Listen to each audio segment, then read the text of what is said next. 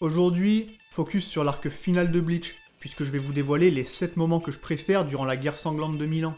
Bien entendu, ces opinions sont subjectives, elles ne tiennent qu'à moi et vous avez le droit d'être pas d'accord. D'ailleurs, si vous le souhaitez, vous pouvez aussi me partager vos 7 moments favoris dans les commentaires. En tout cas, comme d'habitude, je vous remercie pour le soutien que vous apportez à la chaîne, et sans perdre plus de temps, commençons tout de suite avec le premier moment dont j'avais envie de parler, le combat de Byakuya face à Aznot, et plus particulièrement la fin de ce combat. Vous le savez, le Sternritter F affrontera Byakuya, et parviendra à lui voler son Bankai pour le retourner contre lui. Une scène très triste et qui, en tant que fan de Byakuya, m'avait fait rager intérieurement. Et c'est lorsqu'Ichigo arrive à Soul Society, et constate que beaucoup de Shinigami ont été massacrés par les Quincy, qu'il tombe sur un Byakuya au bord de la mort, qui lui fera promettre de protéger Soul Society. Et à ce moment-là, on voit même Senbon Zakura se désagréger complètement, et on ressent aussi toute la tristesse d'Ichigo. Mais au final, Byakuya finira par survivre, ce qui désamorce un petit peu l'intensité de ce moment. Vous le savez, si vous avez vu ma vidéo Parlons de Byakuya, j'aurais personnellement préféré qu'il meure à ce moment, car selon moi ça aurait été beaucoup plus impactant pour le scénario et pour les personnages.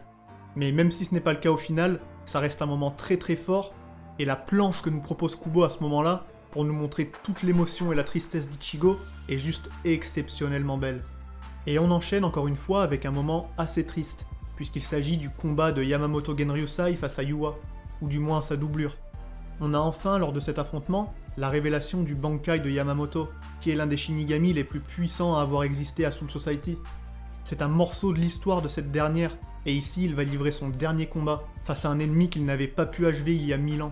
Outre son Bankai et ses techniques super badass, ce qui est aussi notable à retenir ici, c'est l'effet que sa mort aura sur les autres Shinigami. Une fois que le véritable roi des Quincy se retrouve devant lui et qu'il lui vole son Bankai, on constate une expression remplie d'amertume et de regret chez le capitaine commandant, qui n'aura même pas le temps de réagir alors que Yuha lui balance un giga coup d'épée pour le trancher en deux. Mais alors que son buste tombe au sol, la partie inférieure de son corps reste debout, un peu à la façon de Barbe Blanche dans One Piece. Mais c'est bien la fin du capitaine commandant, et les autres membres du Gotei 13 auront fort à faire pour rester dignes de sa mémoire. Et à partir de maintenant, c'est terminé de fanfaronner pour Kyoraku, qui va devoir assumer ses responsabilités et remettre de l'ordre au sein des capitaines. Une chose qu'il sera à même de faire parfaitement grâce à ses talents d'orateur et à sa grande maturité. Mais la mort de Yamaji laisse un gros vide, et c'est probablement un des moments les plus impactants de l'arc, et on espère vraiment que ce moment sera parfaitement retranscrit en animé, car une censure trop importante pourrait gâcher l'intensité de cette scène, et ce serait vraiment dommage. Et on enchaîne avec le prochain moment qui est déjà culte chez tous les fans de Bleach, la révélation du Zanpakuto de Kenpachi. Personnellement, j'ai toujours pensé que Kenpachi ne libérerait jamais son Zanpakuto, et qu'il se contenterait toujours de garder son Asauchi tel quel. Mais au début de l'arc final, on comprend vite qu'il ne sera pas de taille juste comme ça, étant donné que la doublure de Yuha a pu le massacrer sans aucune peine. Et quand il revient enfin dans la bataille face à Grémy, je peux vous dire que là on savait tous comment ça allait se passer, on savait tous que ça allait faire très très mal. Et regardez-moi ce Zanpakuto de fou furieux, qui correspond parfaitement au personnage. Une espèce de hachoir géant qui peut trancher n'importe quoi. Vous le savez, Grémy, avec son pouvoir de l'imagination, va lui envoyer la max, météorites, vide de l'espace, etc. Mais Kenpachi pourra tout trancher grâce à nos Arashi. Littéralement un Zanpakuto de gros bourrin qui en met plein la vue. Et même si Kenpachi est beaucoup exploité dans cet arc encore une fois, un peu au détriment d'autres personnages, on peut pas nier que ce moment est juste ultra badass. Mais personnellement, à la place de Kubo, je me serais arrêté là et j'aurais pas rajouté de Bankai, je trouve que ça fait un peu trop. En tout cas, cet affrontement face à Grémy est le meilleur moyen de nous montrer les nouvelles capacités de Kenpachi, mais aussi la puissance incommensurable de nos Arashi. Et on continue avec un affrontement que j'aime beaucoup, c'est bien sûr celui entre Nemu, Mayuri et Pernida. Si vous avez vu la plupart de mes vidéos, vous savez que Mayuri est mon personnage préféré de l'univers de Bleach, et que Nemu est ma waifu favorite. Donc forcément, voir ces deux-là affronter un membre du Schutzstaffel, c'est quelque chose qui me hype de ouf. Et si certains d'entre vous ont oublié, le Schutzstaffel c'est les 4 gardes rapprochés de Yhwach. Et avant que Nemu n'intervienne dans le combat, Mayuri va tout tenter pour venir à bout du bras gauche du roi des esprits. Parce que oui, Pernida est un Quincy de la garde rapprochée de Yhwach, mais c'est aussi le bras gauche du roi des esprits. Et si vous voulez en apprendre plus à ce sujet, je peux que vous conseiller d'aller lire Can't Fear Your Own World, la série de light novel Bleach qui est sortie récemment. Bref, même en redoublant d'ingéniosité, Mayuri ne sera pas capable de mettre Pernida hors d'état de nuire. Et ce, même avec son fameux Bankai remanié. Et ça aussi en animé, ça va être quelque chose. Parce que les cris du Bankai de Mayuri sont déjà assez perturbants, mais là j'ai bien l'impression que ça va être pire que ça. Mais à chaque nouvelle tentative, Mayuri échoue, et on dirait que Pernida est invincible. Et honnêtement, c'est un des personnages que je trouve le plus glauque de tout l'univers de Bleach. Ce moment où il s'arrache un doigt, là, ça me dégoûte.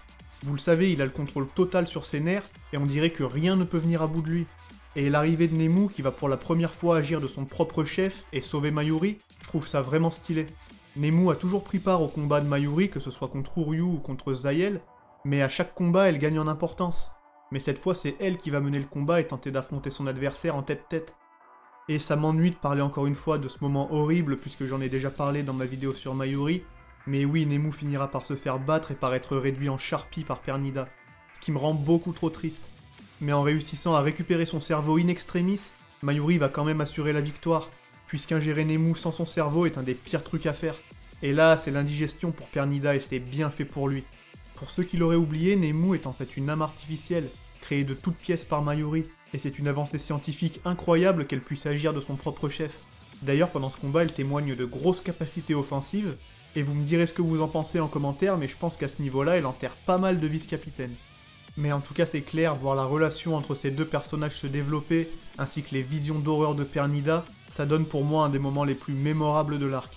Allez, on a encore 3 personnages à aborder, qui sont certainement parmi les 3 passages que je préfère dans ce dernier arc. Mais avant, je vais mentionner 2 moments qui n'ont pas pu être intégrés à cette liste.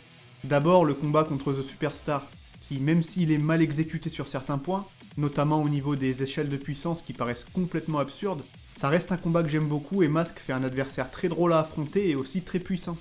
Ensuite, on a le combat d'Urahara et Yoruichi contre Askin, car le Bankai d'Urahara, c'est littéralement le truc que j'avais le plus envie de voir dans Bleach. Mais finalement, je n'ai pas ajouté ce moment, car vous le savez, il est un peu rushé et le Bankai n'est pas clairement expliqué. En tout cas, maintenant, on peut passer aux 3 derniers moments de cette liste. Et on commence avec l'affrontement Ichigo Orihime contre Yua. Alors oui, certains diront peut-être que c'est n'importe quoi, mais moi ce combat je l'aime bien. J'adore particulièrement l'attitude d'Ichigo durant celui-ci, et c'est tellement lourd quand il passe en mode Horn of Salvation.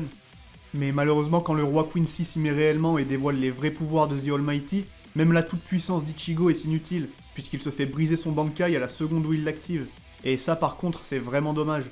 Je trouve qu'on profite pas assez d'Ichigo dans toute sa splendeur et au final on repart sur un Ichigo en PLS, ce qui est compréhensible vu les pouvoirs de son adversaire. D'ailleurs une des critiques récurrentes de ce dernier arc c'est qu'Ichigo est souvent relégué au second plan, et je trouve que c'est pas entièrement faux, mais on n'est pas là pour analyser ça aujourd'hui. Mais quoi qu'il en soit, moi j'aime beaucoup l'ambiance de ce combat, que ce soit la nouvelle transformation d'Ichigo, le Grand Reisero Getsuga Tensho, ou encore quand Ichigo rentre dans la salle du trône avec Orihime, quand il la rassure, quand elle le protège. D'ailleurs, les expressions d'Orihime dessinées par Kubo, c'est toujours une masterclass. Et dire qu'après ça, il y a encore des gens qui pensent que le couple Ichigo-Rukia est mieux. Et justement, en parlant de Rukia, on va passer à l'avant-dernier moment que je vais aborder aujourd'hui, c'est bien sûr son Bankai, Haka no Togame. Vous le savez, Sode no Shirayuki est le Zanpakuto que je préfère dans la série, et le moment où elle affronte Aznot, ainsi que ce fameux moment où elle nous dévoile son Bankai sont pour moi légendaires. Ce Bankai est extrêmement puissant puisqu'il peut tout geler dans une zone donnée, et clairement ça a laissé aucune chance à son adversaire. D'ailleurs en général ça a toujours tendance à me trigger quand des persos utilisent des techniques de glace et que leur adversaire se libère en 5 minutes, mais là clairement Aznot est mort sur le coup. En plus de ça, à la fin on a ce superbe moment où Byakuya vient féliciter sa sœur, alors qu'il lui témoigne son respect, et ça c'est quand même magnifique. Et on arrive sur le dernier moment, alors je vous propose un truc. Vous mettez pause sur la vidéo, et vous me dites selon vous quel moment je vais choisir en dernier. D'ailleurs, je viens de me rendre compte que dans les mentions honorables, j'avais oublié une scène, c'est celle du vrai Bankai de Toshiro. Vous savez, ce fameux moment où toutes ces fleurs de glace se fanent, et qu'il prend finalement sa forme adulte, dans laquelle il est capable de geler de la tête aux pieds de Gérard Valkyrie. J'ai beaucoup hésité à le mettre ce moment parce que clairement c'est un moment mythique, mais comme je l'ai dit, il y a trop de moments, c'est vraiment compliqué d'en choisir que 7, ça veut pas dire que les 7 que j'ai choisis sont forcément les 7 meilleurs. Et du coup, pour ce dernier moment, il s'agit tout simplement d'un moment assez long, et on peut même dire qu'il y a 2 moments en un, puisque je vais parler du flashback sur le passé d'Ishin et de Masaki, la mère d'Ichigo, et de la reforge du Zanpakuto d'Ichigo. Pour moi, c'est 2 choses qui sont liées, parce que c'est le moment où Ichigo apprend réellement qui il est, ainsi que la nature même de ses pouvoirs. Et ça faisait partie des questionnements numéro 1 pour tous les fans de Bleach à cette époque. D'ailleurs, pendant la bataille de Karakura, juste avant qu'Ishin arrive, Aizen allait tout révéler à Ichigo. Et depuis ce moment, j'avais tellement envie de savoir ce qu'il allait lui dire. Et du coup, dans cette série de flashbacks appelée Everything But The Rain, incroyable accent anglais magnifique, on apprend justement ce qui s'est réellement passé entre Ishin et la mère d'Ichigo, et comment Ichigo est venu au monde en quelque sorte. Et maintenant qu'il connaît les circonstances de sa naissance, et qu'il sait que sa mère était une Quincy, il va très facilement être capable de passer le test d'Oetsu, et tous les Asauchi vont littéralement se mettre à genoux devant lui. Et c'est là qu'on a le moment où Oetsu reforge à nouveau Zangetsu, alors qu'Ichigo converse pour la dernière fois avec le vieil homme.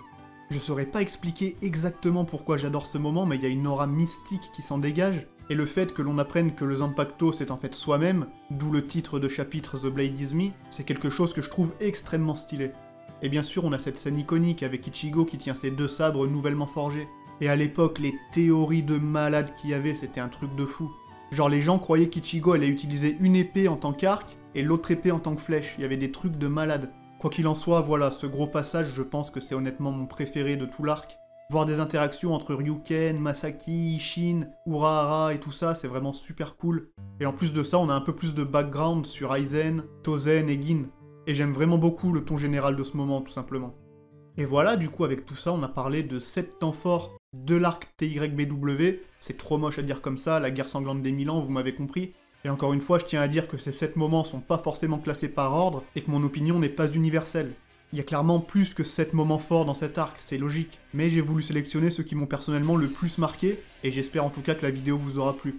Si c'est le cas, comme toujours, n'hésitez pas à booster mon Reiatsu en bourrant les likes. Vous pouvez aussi vous abonner si c'est pas déjà fait.